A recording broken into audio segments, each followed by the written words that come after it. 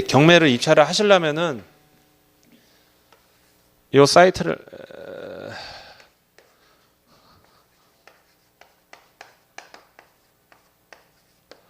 코트 옥션이라고 그 대법원 경매 정보 여기 가면은 뭐 경매 진행되는 거 대법원에서 공시를 다 해주는데요. 아시죠? 대법원 경매 정보 코트 옥션 책에 다 나와 있어요. 이게 있는데 여기는 뭐 통합 등기부로 나와 있지는 않아요. 등기부 등본이 그냥 갑구, 울구, 표제부 이렇게 표제부를 떠나서 갑구, 울구를 나오니까 일일이 갑구, 울구를 보면서 말소 기준이 뭔지 찾아야 되고 시간이 뭔지 되고 내가 말소 기준 권리 중에 가장 시간적으로 빠르를 찾아서 아 이게 기준점이라를 찾아야 되는데 사설 경매 정보지 있어요. 아까 말씀드린 뭐 굿옥션, 지지 옥션, 태인 경매, 뭐 스피드 옥션 등등은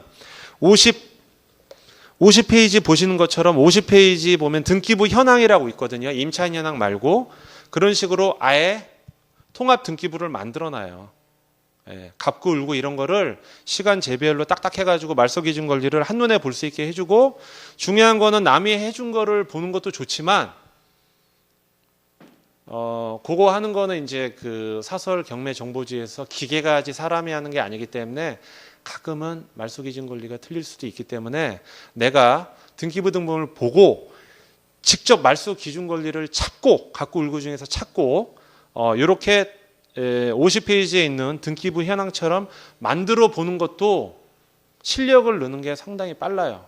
남이 해놓은 거는 100% 맹신할 수도 없고 사설 경매 정보지를 저도 보고 있어요. 보고 있지만 경매 정보지 항상 하단의 끝에 보면 면책 사유가 있어요. 참고용으로만 보는 거지 나중에 이거 갖고 자기한테 딴지 걸지 마라 얘기를 하기 때문에 이렇게 통합 등기부 작성하는 것도 등기부 등본 보면서 할 줄 아셔야 돼요. 그러면 위를 볼게요.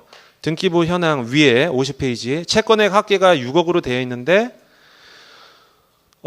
순위번호 1번 보면은 2002년 11월 28일 날 소유권 이전 매매가 됐어요. 그건 뭐 됐구나. 됐는데 그 밑에 보니까 그 다음에 뭐 뭔가 이루어진 게 2012년 2월 21일 근저당이 잡혀 있잖아요.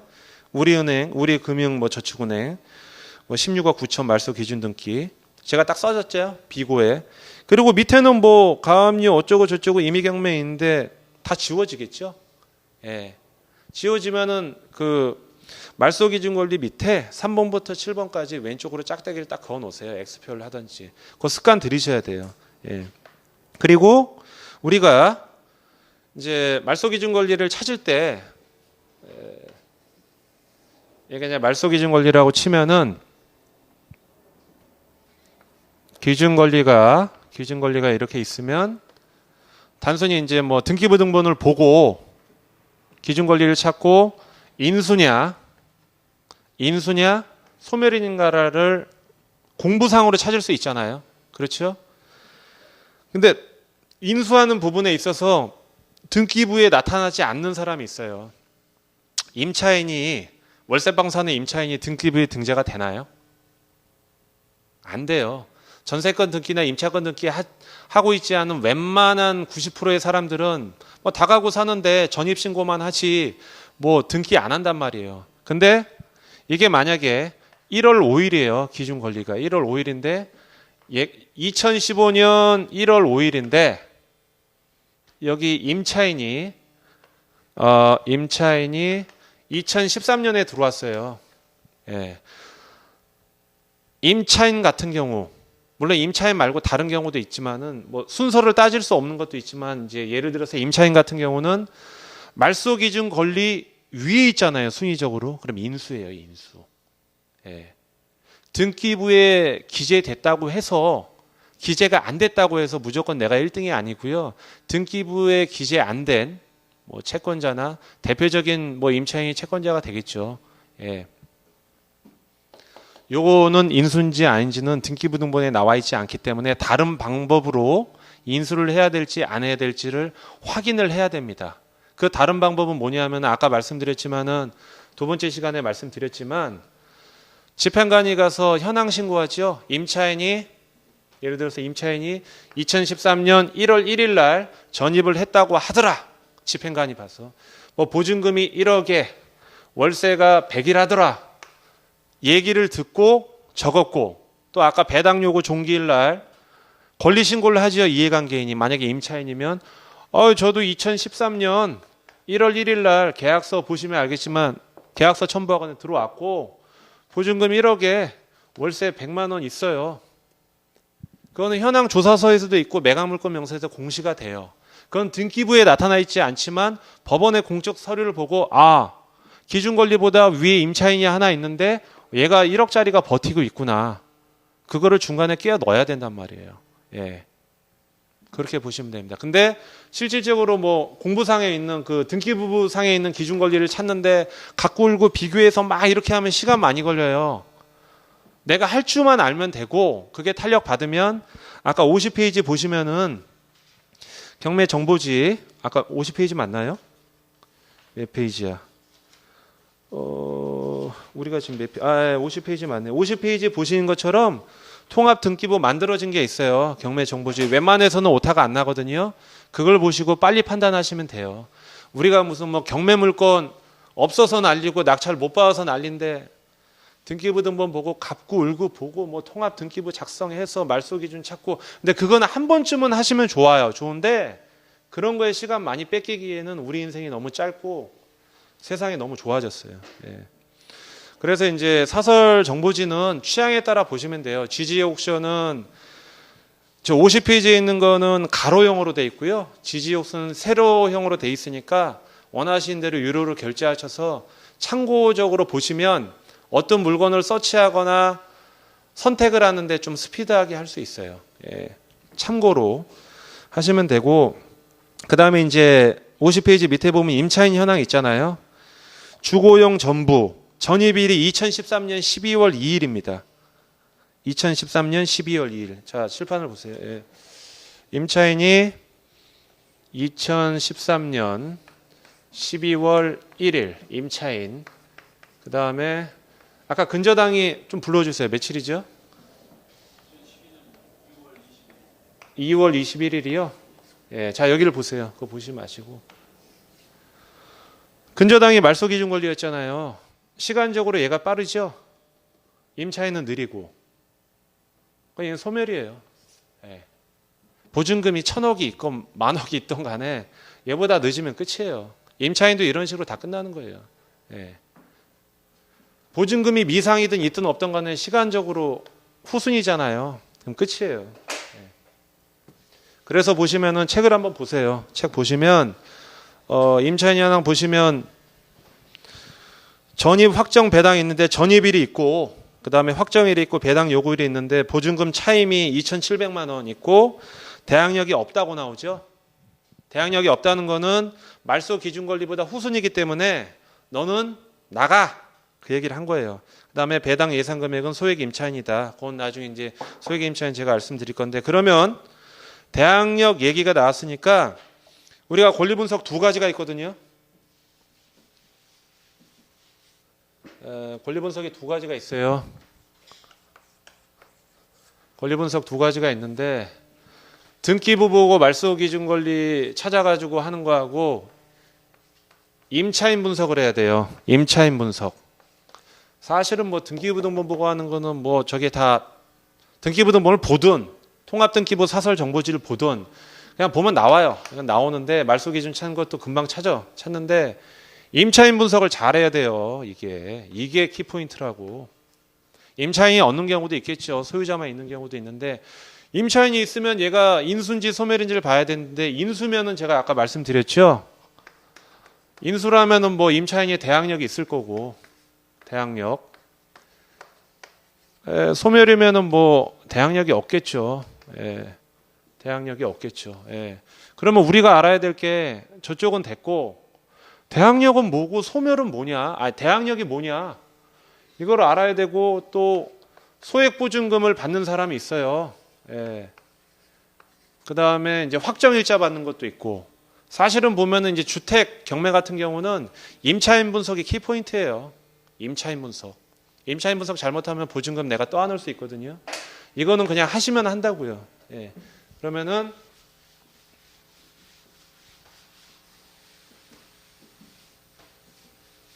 일단은 50페이지 보시면 그러면은 근저당이 최우선이니까 밑에 뭐 가압류나 임차인은 다 나가리잖아요. 그러면 이 물건은 입찰해도 되는 아주 깨끗한 물건이에요. 예. 49페이지 보시죠. 49페이지. 예.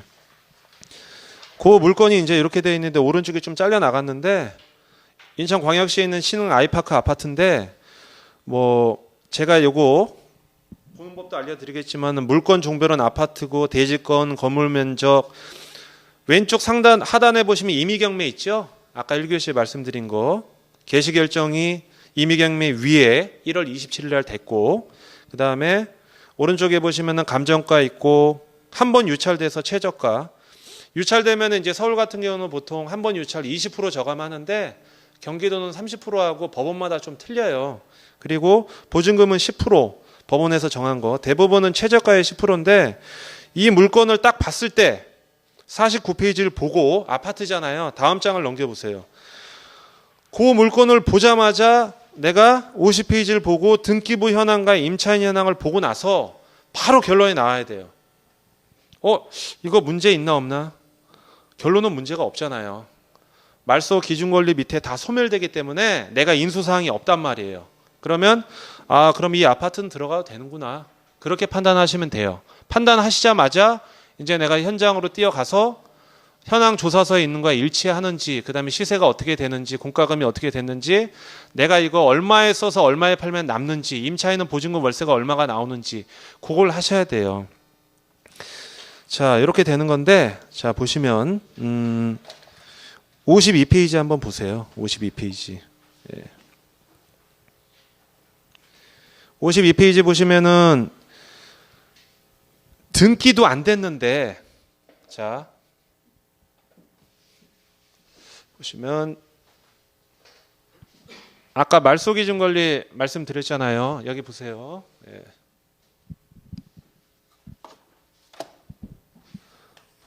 기준권리 말씀드렸는데 임차인 같은 경우 말고 임차인 말고요. 그 다음에 이제 뭐 등기된 사항 있고 또 등기되지 않는 사항이 있어요. 예. 근데 골 때린 거는 뭐 기준을 따져서 선후를 따지는데 등기가 되지도 않았는데 순위와 상관없이 인수해야 되는 게 있어요. 아주 재수 없는 경우죠. 순위도 후순위고 등기도 안 되는데 인수가 되는 게 있단 말이에요. 그 다음에 등기되면 순위와 상관없이 또 인수를 받아야 되는 게 있고요. 그거는 숙지를 하셔야 돼요. 보시면 52페이지 하단 보시면 일단 등기되지 않은 권리 있어요. 유치권은 채권이 아니고 물건입니다. 물건. 예, 담보물건. 유치권, 질권, 유질, 저당권인데 유치권은 등기가 되지 않았지만 인수를 해야 돼요. 물론 인수가 경매 개시 기입 전이냐 후에 따라서 있는데 그거는 나중에 말씀드리고 일단은 되고 또 법정 지상권. 그다음에 근데 똑같은 얘기죠. 관습법상. 이제 매매냐 아니냐에 따라 틀린 건데 또 분묘기지권. 요거는 등기가 안 됐는데 인수할 수 있어요. 그렇기 때문에 이거는 등기부에도 안 나와. 탁상에서 될 수가 없기 때문에 현장을 가봐야 돼요. 물론 현황조사관, 집행관이 유치권이 얼마 있더라 하면 매각물권 명세서에 기재는 해줘요. 유치권자가 신고를 하는 경우에 한해서. 그러나 유치권자가 경매가 진행되고 있는데 경매 진행 전인데 신고도 안 해놓고 현장에서 유치권 플래카드 걸고 진행한 놈들이 있거든요. 분이. 그런 게 있기 때문에 등기되지 않았지만 인수할 수 있는 사항이기 때문에 중요하게 생각을 해야 되고 또 뭐 하나 있냐면은 무조건 인수되는 게 있어요. 선순위 가처분, 선순위 가등기. 예, 그건 무조건 들어가면 안 돼요. 예, 선순위 가등기 중에 아까도 말씀드렸지만 담보 가등기가 아닌 거. 그 다음에 이제 위쪽 보시면은 등기된 권리가 있습니다. 등기된 권리 중에서 순위와 상관없이 인수를 해야 될 수 있는 부분. 예, 가처분 등기. 선순위면 안 되겠죠. 결론은 후순위는 소멸되는데 예고 등기는 따져봐야 돼요. 예, 등기의 말소 또는 회복의 소가 제기됐어요. 예, 소송 진행 중이기 때문에 지금 이겼는지 졌는지 승소냐 패소냐 판결이 난 거는 상관이 없는데 아직도 재판 중인 거는 위험해요. 예. 요거는 좀 깊게 들어간 건데 그 정도를 일단 숙지하시면 될 것 같고요. 그 다음에 오늘의 이제 하이라이트를 해드릴게요. 예. 하이라이트가 여기 있다. 제일 중요한 거예요. 우리는 사실 뭐 유치권이고 분묘기지권이고 법정지상권이고 특수물권이에요. 그 파트는 해드릴 거예요. 지금 뭐 오늘 첫날 그런 것까지 다 하면은 머리가 흔들리고 돈 내고 낙찰 받아가지고 뭐 좀 부귀영화 누리려고 앉아 있는데 무슨 시험 끝나가지고 좀 편안하게 들으려고 했는데 뭔 건 얘기하면 다음 주에 안 나온단 말이에요. 그러니까 제가 말씀드리는 거는 뭐 법적인 용어는 최소한의 용어지만 그러려니 하시고 돈 되는 거는 돈 냄새 확실히 해드릴 테니까 자 우리가 임차인 분석을 잘해야 됩니다. 임차인 분석 이것이 뭐 권리 분석의 또 다른 묘미죠. 임차인 분석 뭐 공인중개사 공부하신 분들이 아니더라도 말씀드릴게요. 그러면 대항력이 중요해요. 대항력. 네. 대항력이 뭘까요? 대항력. 뭐 국가대항전 하잖아요. 네가 이기나 내가 이기나 싸운다. 네. 근데 정확히 말하면 대항력이 있다라는 거죠. 네. 대항력의 확정. 내가 현재 임차인인데 어떤 누가 낙찰을 받던 매매가 되던 나는 여기서 살 권리가 있는 거예요. 예. 예를 들면 보증금이 1억이 있고 그러니까 전세 보증금이 1억 있고 오늘이 2015년 1월 5일인데 내가 계약 기간이 2017년 2월 4일이에요. 하루 빼니까. 그러면 대항력이 있다라는 거는 배당 요구에 따라 틀리지만 뭐 낙찰돼 가지고 1월 5일 날 낙찰되고 어쩌고 저쩌고 해도 내가 2월 4일까지 살 수가 있는 권리가 있어요. 물론 배당 요구를 하면은 내가 이제 더 이상 임대차 관계를 진행하지 않겠다는 걸로 해석이 되기 때문에 상관없지만 배당 요구를 안 한 사람은 그대로 나는 임차권을 끌고 가겠다. 그런 말씀을 드린 건데 그러면은 우리가 이제 대부분 보면은 그 경매하시는 분들 저도 처음에 그렇게 했지만 실제로 경매를 하는데 뭐 공장을 낙찰 받거나 뭐 임야를 낙찰 받아서 개발을 한다거나 그 다음에 뭐 통상가를 뭐 낙찰 받아가지고 판을 새로 짠다거나 그런 케이스는 제가 볼 때는 한 3%? 100명 중에 한 3명? 대부분 주택이에요. 그리고 실제로 경매 물건 대부분이 주거형입니다. 주거형. 대부분 아파트, 빌라, 다세대. 실제로 경매법정 가보면은 주거 쪽 가보신 분은 알겠지만 아주머니들이 한 70% 이상 돼요. 그 정도로 경매 물건의 폭이 뭐 특히 아파트 같은 게 많다는 거죠. 경매 물건 서치해 보시면 알겠지만 서울에 괜찮은 빌딩이나 상가 물건 없어요. 좋은 빌딩 상가는 매매로 다 사버리고 어쩌다 하나 나오면 신건이 만약에 30억이 감정가다 그러면 거기서 낙찰돼 버려요. 그러면 임차인 분석을 보시면 대항력이 뭐냐 아까 말씀드렸죠. 낙찰을 받든 매매를 하든 내가 대항할 수 있는 거 그러면 대항력이 언제 생긴지 알아야 될 거 아닙니까 임차인이. 뭐 맨날 그러잖아요. 전입신고해라 전입신고해라. 임차인이 내가 만약에 다세대 201호에 뭐 보증금 1억에 들어왔습니다. 임차인으로서. 그러면 뭐 예를 들어서 1월 5일 날 오늘 1월 4일인가 왜 자꾸 4일 내일 뭐가 있어서 그런가 봐요. 1월 4일인데 잔금 내고 전입했어요. 대항력이 생기려면 일단은 내 집을 인도받아야 되죠. 잔금 내고. 목적물 인도를 받아야겠죠. 당연히. 인도 받는다는 건 키 달라는 소리지. 이사 간다는 얘기죠. 그리고 인도를 하면 뭐 점유가 되는데 대항력이 생기려면 인도 점유는 기본이고요. 예. 가까운 뭐 주민센터 가서 전입을 해야겠죠. 전입 신고. 예. 전입 신고는 가능하면은 이사하시는 날 아니면 다음 날에도 하셔야 돼요. 전입 신고를 하면은 대항력이 발생이 됩니다. 대항력이 발생이 되고 뭐 확정일자 받아라 막 그래요. 예.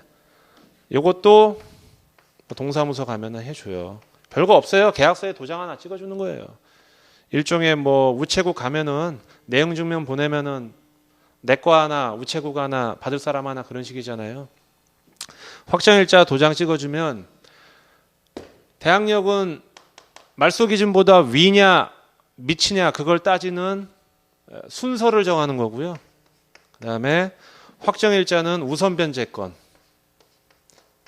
그러니까 말소 기준 권리 위냐 밑이냐 전입신고를 따지는 거고 이거는 우선 변제권이라고 그래가지고 배당 순위를 따지는 거예요. 배당 순위. 예. 어떻게 보면 이거하고 이건 별개예요. 별개지만 대부분 전입신고하러 동사무소 가면은 가서 그 다음날 또 동사무소 가나요? 확정일자 같이 받지요? 대부분은 똑같아요. 전입신고하는 날 확정일자 받지요. 그렇죠? 네. 우선 변제권이 생기고 번외로 최우선 변제권은 요거는 이제 주택 임대차 보호법에 의한 거니까 그건 따로 설명을 드립니다. 그러면 대항력 생기는 시점 뭐 짧게 말씀드릴게요. 어차피 저거 자격증도 따시고 안 따셨어도 아니까 모르시면은 제가 뭐 따로 알려드리는데 전입신고를 1월 4일 날 했고 전입을 1월 4일 날 했고 1월 4일 날 확정일자를 받았습니다.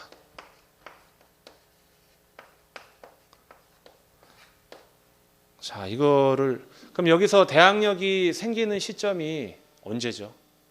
이게 예를 들어서 1번이고 2번이야. 문제가 두 개라는 게 아니고요. 전입이 1번이고 얘가 2번이에요. 대항력이 생기는 날짜 둘 다 1월 4일인데 대항력 생긴 날짜야. 내가 이제 낙찰자가 오든 뭐든 내 이길 수 있는 힘 물론 선순위일 때지만 전입을 만약에 1월 4일 날 하면요. 1월 5일 날 0시에 발생합니다. 0시. 그리고 확정일자도 같은 날 했잖아요. 1월 5일 날 0시에 발생합니다. 같은 날. 뭐 1월 5일이면 5일이지 왜 0시를 왜 따지냐. 중요합니다. 0시냐 아니냐가 아주 중요해요. 보시면 요거 지금 제가 말씀드린 거 문제에 나와 있어요. 1월 5일 확정일자는 우선 변제권이 생긴 날이라고 말씀드렸죠. 우선 변제권 배당 순위를 결정짓는 그 다음에 이건 대항력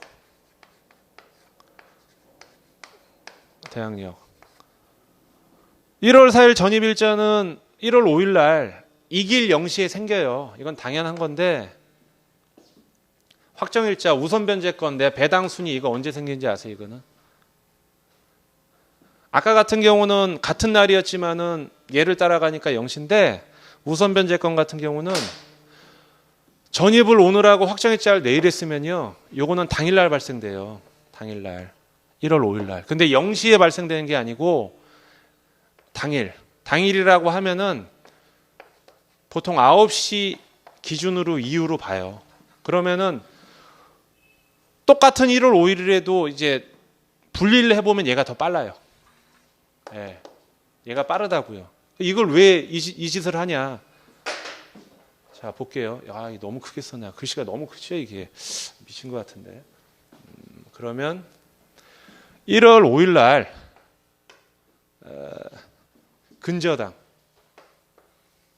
근저당이 설정됐어요. 근저당. 근데 이게 말소 기준 권리예요. 말소 기준 권리입니다. 이럴 때가 맹점이 되는 거예요. 근저당을 1월 5일 날 하면은 얘도 1월 5일 날 당일날 돼요. 당일날 됩니다. 그러면 확정일자 받은 똑같은 임차인은 하나인데 전입을 4일날하고 5일날 한 거고 한 놈이잖아요. 그리고 여기도 한 명이고. 근데 웃긴 건 대학력은 근저당 금융 예를 들어서 우리은행보다 빨라. 대학력은 있는데 배당 받을 때는 순위가 동순위예요. 예, 왜? 당일 9시로 보거든요. 예, 9시 영업 개시 시간. 예. 결론적으로 얘기하면은 어차피 동순위라도 얘가 배당 못 받으면 대항력이 있으니까 돈을 나중에 달라고 할 수는 있는데 0시인지 당일인지에 따라서 아주 골 때려집니다. 그게. 예. 그래서 우리가 예를 들면 이런 경우 있어요. 어떤 코미디가 아까 뭐 민 소장님이 그걸 말씀을 해달라고 이렇게 하셨는데, 자 희한한 사람이 있어요. 희한한 사람. 자. 시간이 벌써 저렇게 됐으니까 어떤 임차인이 전입을 1월 4일 날 했는데 실제 전입이요.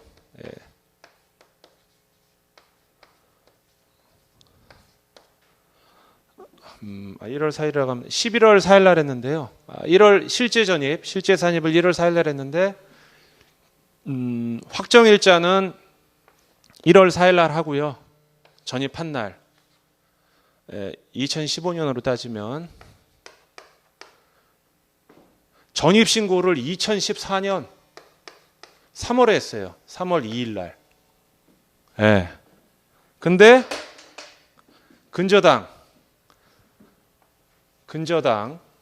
근저당이 언제로 할까? 예를 들면 1월 2일 날 했어요. 예를 들면은. 예, 1월 2일 날. 1월 2일로 하면 안 되고. 잠깐만요. 확정일자를 1월 5일로 하고 근저당을 1월 4일로 할게요. 예.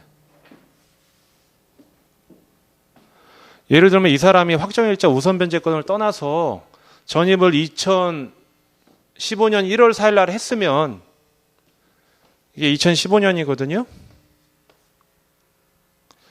얘는 이길 9시잖아요. 당일날.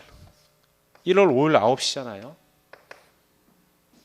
얘는 1월 5일 0시잖아요. 예를 들면. 그럼 시간적으로 얘가 빠르단 말이에요. 그래서 대항력이 있는데 얘는 이제 말소 기준이지만 이제 제가 선순위고 얘가 어떻게 보면 후순위가 되는데 가끔 보면은 전입을 먼저 해놓고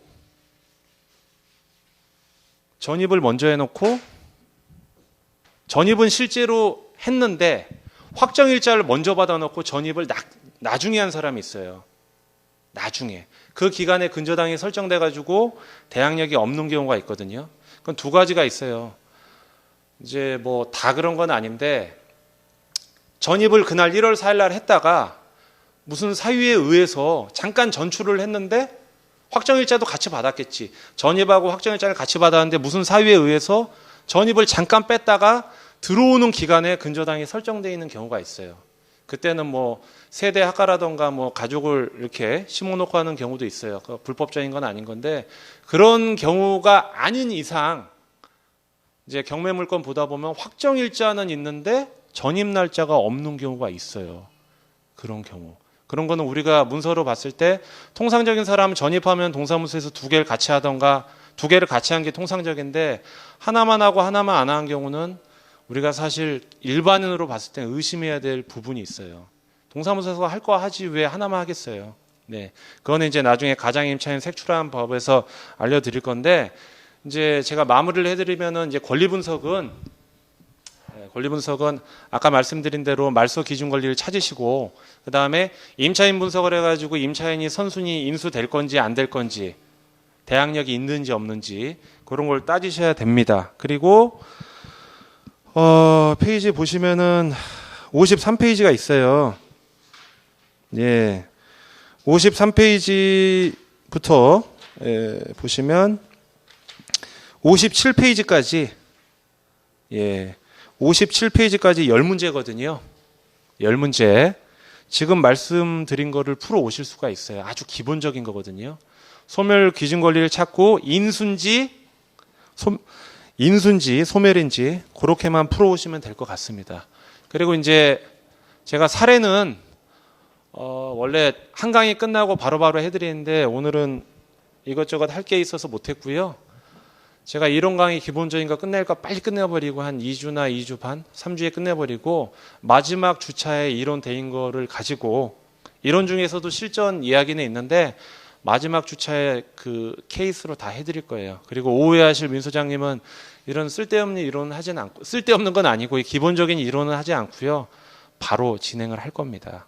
하여튼 오늘 뭐 첫 강의 말도 좀 빠르고 원래 말이 이렇게 빠르지는 않는데 하다 보니까 좀 빨라졌습니다. 전달할 게 좀 많이 있어서 그랬는데 이제 숙제는 반드시 하셔야 되고 모르시는 부분 다시 강의 듣고 또 개인적으로 여쭤보고 싶은 건 쉬는 시간에 여쭤보시고 아니면 아까 랜더산 경매 아카데미에 해주시면 될 것 같습니다.